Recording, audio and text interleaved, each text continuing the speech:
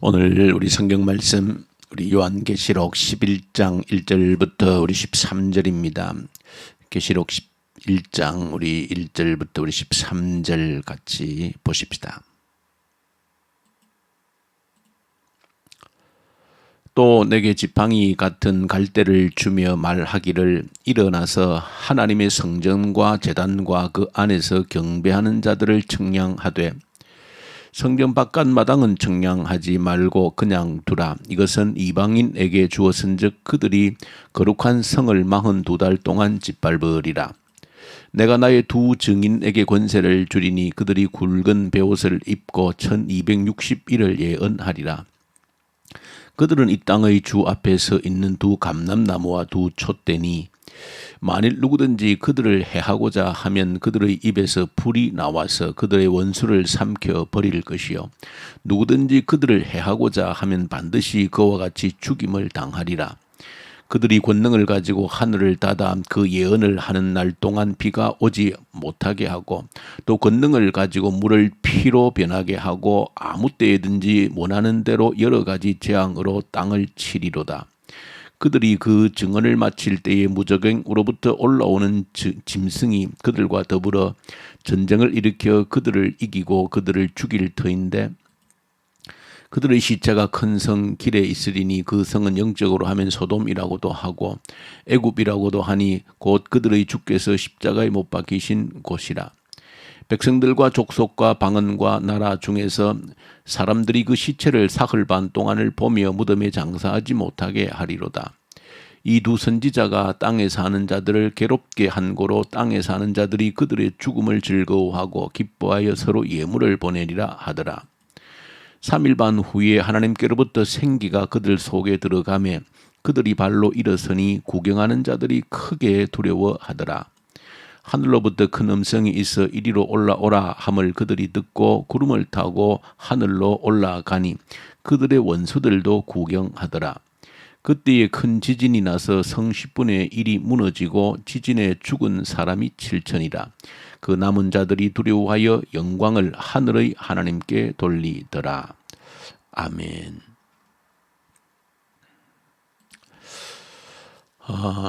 오늘 계시록 우리 11장에 있는 내용의 말씀을 같이 읽었습니다. 계시록은 여러 가지 상징적인 또 단어들이 등장하기 때문에 복잡하고 또 어렵게 느껴집니다. 그러나 어쨌든 전체 흐름 속에서 무엇을 말씀하고자 하는가 하는 것은 또 분명하게 우리에게 전달되어집니다. 당시에 핍박 가운데 고통 가운데 이제 기록되어진 성경이기 때문에 직접적인 단어들을 사용하지 못한 그런 부분들이 있고 하기 때문에 어려운 부분이기는 분명하지만은 그러나 오히려 핍박 가운데 또 기록되어진 말씀 자체가 또 우리에게 은혜가 되어지고 그러나 정확한 그 의미를 이렇게 추적하는 것은 조금 어려운 부분이 있긴 하지만은 그러나 대략적인 분명한 의미는 우리에게 분명히 전달이 되어지고 있다. 오늘 본문에서도 보시면 크게는 그 핵심이 두 증인이 등장합니다. 증인이라고 하는 것은 하나님의 말씀의 증인을 의미한다라고 하는 것은 분명한 사실입니다. 근데 본문 내용에 보시면 이 두 증인을 두 촛대라 그렇게 했고 또 두 감람나무다 그렇게 표현을 하고 있습니다. 그러나 이것은 성경을 통해서 정확하게 우리가 이 두 증인이 두 촛대다라고 할 때 해석이 가능합니다. 성경 자체로 볼 때. 왜냐하면 계시록 1장에 촛대가 무엇인가라고 하는 것을 말해주고 있기 때문에 그렇습니다. 촛대라고 하는 것은 교회라 그렇게 성경 자체가 우리에게 해석을 해주고 있기 때문에 그 두 증인은 바로 교회를 의미하는 것입니다. 그리고 두 감람나무라고 그랬는데 이것도 구약성경 스가랴 4장을 배경으로 해서 이 두 감람나무가 뭐냐라고 보면 스가랴 4장에는 이제 포로 귀환의 지도자로 돌아왔던 사람들 중에 스룹바벨은 다윗 왕위의 계통을 이어받은 자이기 때문에 왕을 상징하는 인물입니다. 그리고 여호수아는 대제사장의 역할로 등장합니다. 그러니까 두 감람나무라고 하는 것은 바로 왕과 제사장, 대제사장을 의미하므로 이 두 감람나무라고 하는 것은 바로 왕 같은 제사장을 의미한다. 그러고 볼 때 두 증인이 바로 두 촛대로서 교회이고 교회는 바로 왕 같은 제사장이다. 그러니까 교회가 왕 같은 제사장으로서 복음을 전하는 두 증인의 삶을 살아가는 그런 것을 분명하게 어쨌든 이 본문을 통해서 우리가 확인할 수 있는 가장 중요한 해석이 되어집니다. 자, 근데 이제 또 복잡한 것은 뭐 1260일이다 하고는 그런 이런 또 날짜, 숫자가 등장합니다. 특별히 계시록을 보면서 등장하는 몇 가지 숫자들 가운데 오늘 본문에 있는 뭐 1260일 또 뭐 한때, 두때, 반때 그리고 42개월 이런 단어들이 등장합니다. 근데 그것은 사실은 뭐 실제적으로 보면 42개월이라고 하는 것이 30일을 곱하면 한 달을 30일로 당시에 계산했기 때문에 하면 1260일이 되어지고 또 1260일이 한때, 두때, 반때라고 하는 것은 또 1년, 2년 또 그다음에 반년에 3년 반 이렇게 하면 그게 42개월입니다. 어쨌든 그런 어떤 숫자적인 의미가 있는데 그럼 도대체 이제 뭐 이 1260일이 언제냐 정확하게 역사상에서 언제부터 언제까지가 1260일이냐 할 때는 여러 가지 해석이 있을 수 있지만은 분명한 것은 오늘 본문 말씀에서 두 증인이 활동하는 때라는 것입니다. 두 증인이 활동하는 때이다. 그래서 무리하지 않게 가장 크게 이 1260이 언제냐라고 할 때는 복음을 증거할 수 있는 때라고 하는 것입니다. 두 증인이 활동할 수 있는 때라 그랬기 때문에 복음이 증거되어질 수 있는 때이다. 그래서 크게 보면 예수님께 이 땅에 오심부터 다시 주님 재림할 때까지 이 교회 시대 이게 바로 복음을 증거할 수 있는 시대인 겁니다. 근데 여기서 여러분들이 더 주목해야 되는 것은 왜 이렇게 기간을 1260일이다, 한때, 두때, 반때다 이렇게 규정을 하고 있는가 할 때 가장 중요한 핵심이라고 하는 것은 복음을 증거할 수 있는 이 때가 한정되어져 있다는 의미가 가장 중요하다는 것을 여러분들이 이 새벽에 깨달을 수 있기를 소망합니다. 이 한정된 기간을 주시는 것은 이 두 증인이 활동할 수 있는 시간이 무한하지 않다는 것입니다. 제한된 시간이 정해져 있다는 것입니다. 이것을 여러분 이 새벽에 깨달을 수 있는 은혜가 있기를 소망합니다. 이 두 증인, 복음을 증거할 수 있는 기회가 무궁무진하게 우리에게 펼쳐져 있지 않다는 사실을 기억하셔야 되는 겁니다. 저는 이것이 이 계시록에서 어떤 기간을 주고 있는 이 때를 말하고 있는 가장 중요한 의미이다. 여러분들의 내가 살아있다라고 하는 것도 한정된 시간에 지금 살아있는 겁니다. 영원히 내가 사는 것이 아닙니다. 나의 마지막 시간 동안 알 수도 없는데 분명한 것은 끝이 곧 온다는 것입니다. 내 개인의 종말이 오늘 될 수도 있고 한 달, 1년, 10년 뭐 몇십 년이 더 될 수도 있지만 분명한 것은 끝이 정해져 있다는 것입니다. 한정된 시간이라는 겁니다. 그 한정된 시간에 두 증인으로서 복음을 증거할 수 있는 한정된 시간이 주어져 있다. 그러므로 그리스도인은 오늘 이 본문 말씀을 볼 때도 복음을 증거할 수 있는 이 기간이 무한한 시간이 아니구나. 한정된 시간이 주어져 있구나. 이 때가 지나가기 전에 해야 될 일을 해야 되는구나. 그래서 이 때를 놓쳐버리면 기회가 사라져버리는 겁니다.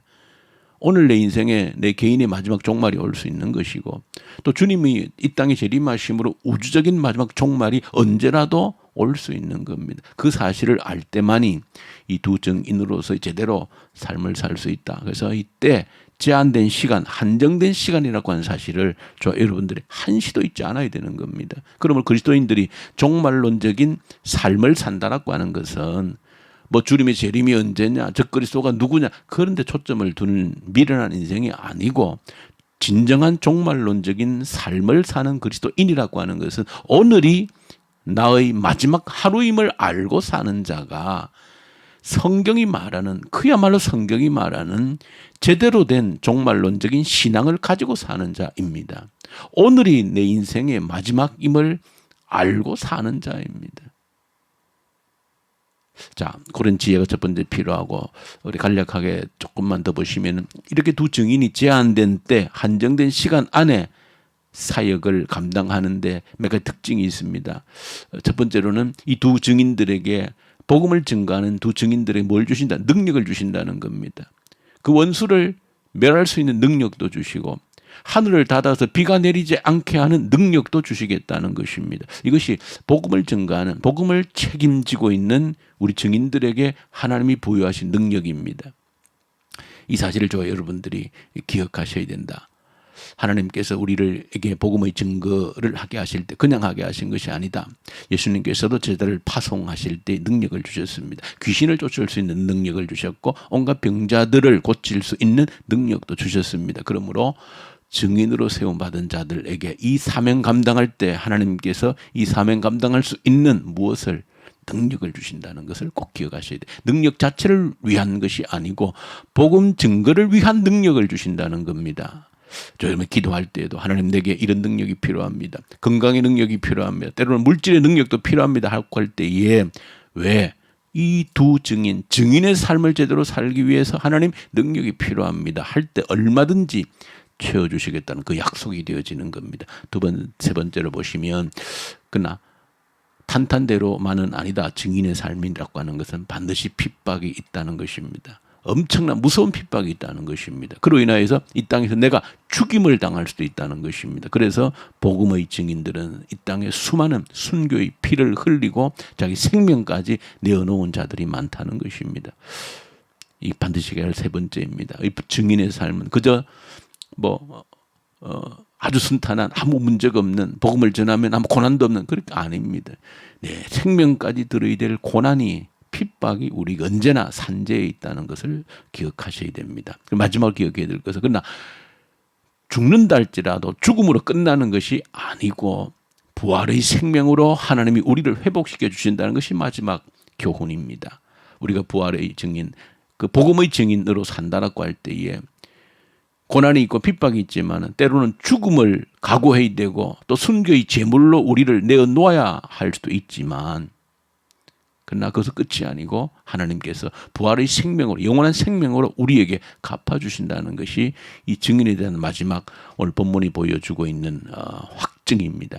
여러분들 이 사실을 기억하십시다. 내게 주어진 한정된 시간 동안에 증인의 삶을 살게 해주십시오. 이 증인의 삶을 살도록 능력을 부어주시는 하나님을 경험케 해주십시오. 또 그렇게 구하게 해주십시오. 증인을 되기 위해서 하나님 이 능력이 필요합니다. 그러나 핍박을 두려워하지 않고 고난을 두려워하지 않고 죽음을 두려워하지 않고 감당케 해주십시오. 죽어도 사는 이 복을 주셔서 감사합니다 하는 기도가 이 새벽에 저와 여러분들의 기도가 되기를 간절히 소망합니다. 주님 아버지 감사합니다. 복음의 증인으로 우리를 세워주셔서 감사합니다. 온갖 능력으로 채워주시겠다고 약속하셔서 감사합니다. 고난을 두려워하지 않게 하시니 감사합니다. 부활의 생명으로 우리를 책임져 주시겠다고 하시니 얼마나 감사한지요. 이것보다 우리에게 더 큰 복이 없음을 깨닫게 하여 주시옵소서. 예수님 이름으로 기도 올려드립니다. 아멘. 하늘에 계신 우리 아버지, 아버지의 이름을 거룩하게 하시며 아버지의 나라가 오게 하시며 아버지의 뜻이 하늘에서와 같이 땅에서도 이루어지게 하소서. 오늘 우리에게 일용할 양식을 주시고 우리가 우리에게 잘못한 사람을 용서하여 준 것 같이 우리 죄를 용서하여 주시고 우리를 시험에 빠지지 않게 하시고 악에서 구하소서. 나라와 권능과 영광이 영원히 아버지의 것입니다. 아멘. 주신 말씀 가지고 간절히 기도하십시다. 이 말씀, 주신 말씀을 간절히 올려드리고 증인의 삶을 살게 해주십시오. 이 나라를, 북한 땅을 간절히 올려드리면서 이 나라가 마지막 열방을 전도하는, 주께로 인도하는 증인의 삶을 사는 이 나라 될 수 있도록 하나님 굳건하게 세워주십시오. 북한의 악한 정권이 속히 소멸되게 하십시오. 이 코로나 앞에서 우리의 믿음을 더욱더 굳건히 세우는 기회로 삼게 해주십시오. 우리 교회를 위해서 특별히 오늘 유초동부리 어린아이들 간절히 올려드리십시다. 우리에게 맡겨주신 이 아이들, 가정에서 부모가 또 교회 교사, 우리 교회가 책임지고 또 이 지역에 있는 우리 아이들을 책임져내는 우리 주의 교회로 하나님 세워 주십시오. 간절히 기도로 올려드리고 우리 선교사님들 터키 이집트 인도 사역하는 선교사님들에게 말씀과 성령으로 충만케 하십시오. 그리고 오늘도 우리 환자들 주님께 올려드리십시다. 특별히 암으로 투병하는 우리 종들 그리고 또 여러 가지 또 육신의 연약함으로 입원해 있는 우리 성도님들 특별히 오늘 이 새벽에 또 우리 이광영 집사님 어머니 모친 뇌출혈로 이제 어려움을 계속 겪고 계신데 하나님 붙들어 주십시오. 온전히 또 맑은 정신으로 회복되어질 수 있도록 하나님 은혜를 베풀어 주십시오 하고 특별히 또 간절히 함께 기도할 수 있으면 좋겠습니다. 우리 기도 올려드리십시다. 기도하십시다.